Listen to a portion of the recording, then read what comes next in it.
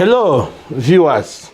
We welcome you again to another episode of the Pew and the Pulpit, coming to you live from the Anglican Church of the Holy Spirit here in the Bronx, New York. Remember that the address is 3840 Seaton Avenue, Bronx, New York, zip code 10466. You can email us at Anglican Church of the Holy Spirit at yahoo.com or info@anglicanchurchoftheholyspirit.org. Or you may decide to visit our website to learn more about us at www.anglicanchurchoftheholyspirit.org. Or call us at 929-944-3424. Today in the studio, we have our Father in the Lord, a renowned father, an experienced bishop, and a senior bishop at that. Another person than the Right Reverend Chijioke Ndidiamaka Oti, the Lord Bishop of Anglican Diocese on the Lake. My Lord Bishop, you are welcome. Thank you very much, Dave, for having me. Yeah. Today we will be discussing a very interesting topic. I know a lot of us see men on purple, and so many clergy desire to be one, and people don't know how they are made. So we have the bishop in the studio this day to tell us the process of becoming a bishop. My Lord, who is an Anglican bishop? Yeah, thank you for that question. To become an Anglican bishop, with particular reference to the Church of Nigeria, there are 5 processes that one must go through. The first process is ordination. One must be ordained as a priest before one becomes a bishop. You know, the Anglican Church has 3 clerical orders: deacon, priest, and bishop. So that is to say that for one to become a bishop, you must be ordained a priest. In other words, a deacon cannot become a bishop. He must be a priest, first of all, ordained a priest. And a lay person cannot become a bishop. So it is ordination. That's the first process. The second process is eligibility. Passing the eligibility test. And this test is set by the Constitution of Nigeria. In the Constitution, the person to be elected as a bishop must have been trained in a theological college recognized and approved by the Church of Nigeria. He also must have been a priest for no less than 15 years. And also, he must be not less than 45 years of age. And then, the one that is not mentioned there, but it is also part of the eligibility test, is that the person must be a priest in good standing in his diocese. In good standing where he's serving. The third process is nomination. When the conclave meets, that is the Episcopal Synod, for the purpose of electing a bishop, the person must be nominated. If you are not nominated, you cannot be elected. So the person will be nominated. That's the third process. The fourth process is election. The person must be elected by 2/3 of the bishops present and voting. And then the fifth process is consecration. Because someone can be elected, but until that person is consecrated, he's not yet a bishop.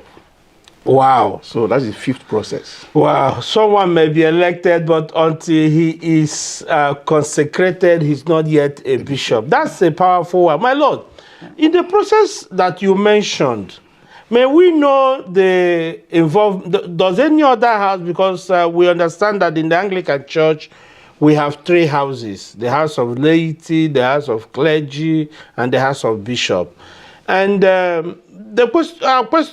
my question would be, does the house of clergy have any role to play in the making of a bishop? Yes, that's a very good question. The Anglican Church, like you mentioned, is sitting on a tripod. House of bishops, house of clergy, house of laity. And in the election of a bishop or archbishop or even the primate, the 3 houses are involved. The 3 houses are involved. So what are their involvement? Now, How? there's what we call advisory committee, diocesan advisory committee, provincial diocesan advisory committee for the election of a bishop, diocesan bishop, provincial advisory committee for election of archbishop, and then Church of Nigeria advisory committee for election of the primate. Now, these committees, advisory committees, are made up of clergy and laity. The diocesan advisory committee is made up of clergymen below the rank of archdeacon. So why is it so? Well, Why are the archdeacons excluded?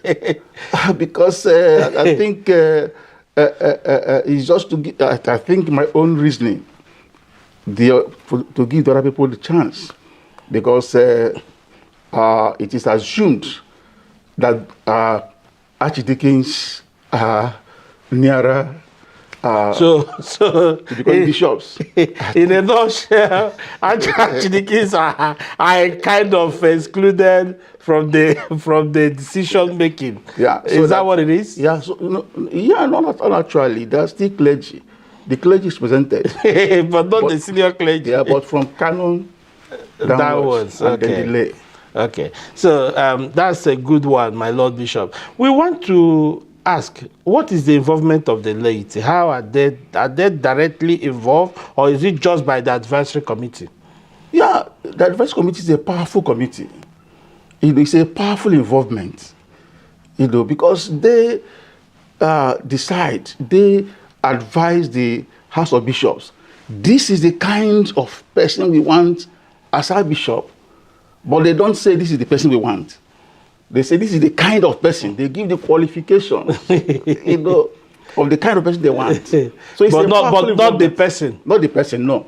They can't give the person, because if they give the person that done the election by itself. So so it is. Having said this, it is wrong for any group of people to say we want this person as a bishop. Like we understand that in most cases we find where people from dioceses, we ask for their son, if it's not this person or that person, that they don't want that bishop to be elected, or this person to be elected bishop, we want the other person to be elected. Is that correct? No, that is wrong. That is quite wrong. If you give them the person to be elected, that means you have done the election. There's no need for the conclave to meet. So what they do is to give us an overview of the kind of person, the qualifications, that they desire in a bishop. Okay. Now, in the consecration of bishop, how many? Because we hear this assistant bishop, coadjutor, a suffragan bishop. Are they bishops? If they are, a suffragan bishop, an assistant bishop, if they are bishop, are they elected through the same process? Of course, they are bishops, and every bishop is elected through the same process. So what are their roles? Well, the assistant bishop is to assist the bishop, the diocesan bishop. And then the suffragan is also, as an assistant bishop, is also there to assist, doing one function assigned to him by the diocesan bishop. Is it the same as missionary bishop? Well, every bishop is a missionary bishop. But if what you are asking is in The terminology, missionary bishop. Missionary bishop, as I understand it, is a bishop assigned to a particular mission. But generally, every one of us, we are missionaries. What about bishop theologian? Bishop theologian is a bishop assigned with the duty of directing the theological thoughts, of the church, and also overseeing theological issues that may arise. So, having said this, I understand that you are a diocesan bishop, and you have been a diocesan bishop for 16 years, I believe. Yeah, 16 years. So that's a whole lot. So, how does one become a diocesan bishop? Is it by right or by election or by appointment? So, what makes one a diocesan bishop? Yeah, like I said earlier, every bishop is elected. So what makes one of the diocesan bishops is enthronement. When you're enthroned in a particular diocese, you are the diocesan bishop of that diocese. So it's enthronement. So what are their functions? Do they have different functions from other bishops that we mentioned now? Yeah, a diocesan bishop has the function of guiding the diocese, directing and administering the diocese, guiding the clergy on what to do and the laity on how to work together for the success of the diocese. So he is an administrator, he is a shepherd, he is a pastor. So of his diocese. That means it's within a jurisdiction. Sure. So the assistant bishop has is jurisdictional. Yeah. He has an area where he is a diocese. A diocese. Yeah. That is within his jurisdiction. Boundaries. Yeah. Boundaries. Yeah. Now, my Lord, having said this, what makes one? How does one become an archbishop in our church? Is it the same process? Yeah, an archbishop. Probably the question would have been, who is an archbishop? Well, archbishop is a bishop elected by the House of Bishops to, to direct the affairs or to supervise, if I may use that word, a province. What happens in a province, and then to report to the primate. So he's a diocesan bishop in that particular province, but he's elected by the House of Bishops to supervise this province. So does he have a supervisory role over another diocese? Of course, to some extent he does. So we want to know the extent. Yeah, he calls meetings of bishops in that province, and they take decisions, of what to do, and by that, every bishop in that province should attend the meeting or must attend the meeting because, he directs. So would that imply, does that also implies, or would I say, does it affect the role of the primate as well? Is it same thing with the role of the primate? Well, the primate is in charge of the church in the entire church of Nigeria, entire province of Nigeria. And then he has the responsibility of making sure that things are right. The primate has the authority to intervene in any diocese. He has the authority because he is not just the primate, he's a metropolitan. So the word, I was coming to that. Yeah. So the word metropolitan, primate, and Archbishop, because we understand that in Church of Nigeria, the primate is addressed as a metropolitan, the primate, and the Archbishop. So can you throw light on these three nomenclatures that the primate has? Yeah, he is the primate because he is the first among equals. In the Church of Nigeria, he is the first among equals. He is Archbishop because Archbishop of Abuja province. He is the metropolitan because he has rights to intervene in the province. So can he intervene in a diocesan issue? Of course he can. He has authority. Wow. Authority. Wow. This is enlightening. So the primate has the right to intervene in a particular diocese. He has the right. If there is need. Yeah, he has if the the right. need arises for such intervention. Sure. Now, in Church of Nigeria, we understand that the bishop is enthroned. Yeah. So during his enthronement, can you tell us the process of enthroning a bishop? I know you were made a bishop. Yeah. So what process did it go when you were enthroned? Yeah, in the first place, when a bishop is elected, a notice is sent to the archdeacon